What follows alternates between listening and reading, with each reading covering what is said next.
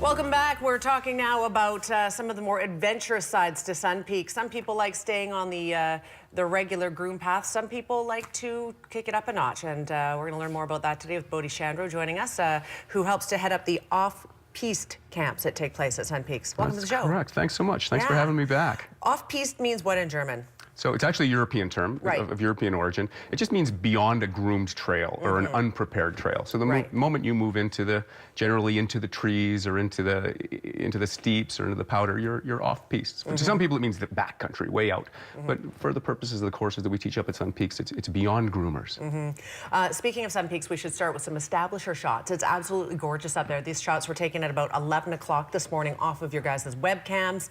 I was saying to Bill earlier, hard to believe you guys had to kick it back a week for opening day, considering now that we're in the throes of some beautiful winter weather and some really nice snow. Yeah, well worth the wait. You know, there's over a meter of snow right now in the Alpine, 92 runs open. There's plenty for everybody to play in, and it's looking like it should. It's winter wonderland. That's awesome. So I know I would be scared of doing an off-piste camp. I'm more of the groomed girl. I like a little fresh powder, but to go off into the trees and stuff kind of scares me, but you love it. This is what you do. Yeah, you would be the perfect candidate for this type of camp. Yeah? It's demographically what it is. It's not hardcore. Anybody, if you're a strong intermediate skier, even an intermediate level skier, we introduce you to the fundamentals of skiing off-piste, be it off-piste, say on a bump run or through the trees, or when we start moving a little bit more towards the back country. But it really arms you with all the skills necessary, because it does require a different awareness, different set of skills, and a different attitude the moment you leave a groomed run. So we arm people with all of that information, everything from how to start a fire out there if necessary, or build a shelter, to tree wells and other hazards that exist. Okay, we got some pictures from, I believe, a camp maybe from not last year. We can go to these.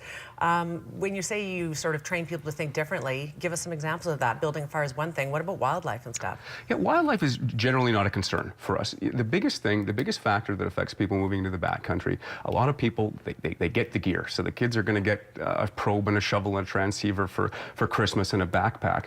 But it's how to use that. The missing element is education, and this is where Sun Peaks has really become a pioneer and recognized as such in the industry for the initiative they've taken in terms of backcountry education. Fine to have a backpack on with all the gear in the back, but do you know how to use it? And that's what we focus on, is training people in companion rescue, training people to look differently, decisions they're making. Yes, they see a set of tracks going off into the trees or into a big powder bowl, but that doesn't necessarily mean that that's a safe place to ski. So we talk a lot about human factors in the decision-making process as well. Well, this is what I'm thinking about, because in the news we're always talking about people who go out of bounds and ski out of bounds, and then they get lost and all these things. There must be a fine line from you know, skiing in areas that are safe to do so, but they're not out of bounds and shouldn't be there. I mean, how do you know the difference? Well, the biggest thing, so with the expansion 2 seasons ago of our Gills area, which now falls within the controlled recreation area, it is patrolled, it is avalanche patrolled and controlled, but that doesn't mean that you still can't sort of wander into micro-terrain features that could potentially cause a problem for you. So there is a fine line, but you know, for a lot of our guests that are coming out to the mountain, they are taking advantage of our program. So if they've never been to Gills before, whether you've been skiing at the resort forever or you're new to it visiting, you know, they'll sign up for our Gills tour, guided tour. I'll take them out there, show them easy routes in, the safe routes out, the best and safest ways to ski. And we work on their powder skiing as well, and work in, you know, a little bit of hazard awareness. Okay. Some of the photos that you showed there was the Sun Peak Secondary School last season. I put all of their students through our All Mountain Skills Camp, and it was just incredibly well received, because mom and dad, whether you like it or not, or whether you know it or not, they're probably poking their nose out in some of these areas. And the more skills that they have in terms of what they should even be carrying in their pocket or their backpack, and it doesn't mean that you have to be carrying a 50-pound backpack, just with the room that they have in their pants and their jackets is enough to have a few things or a few items that could make the difference in terms of what type of outcome the day will be. Absolutely. So what do the camps involve? We had a poster up a minute ago showing them, but is it like an all-weekend camp, or is it a one-day affair, or how does it work? So we continue to grow. We're adding more and more programs. I mean, the very first program was a Beyond Groomers, which was 3 days of guided ski instruction. You want to work on your powder skiing skills, your bump skiing skills.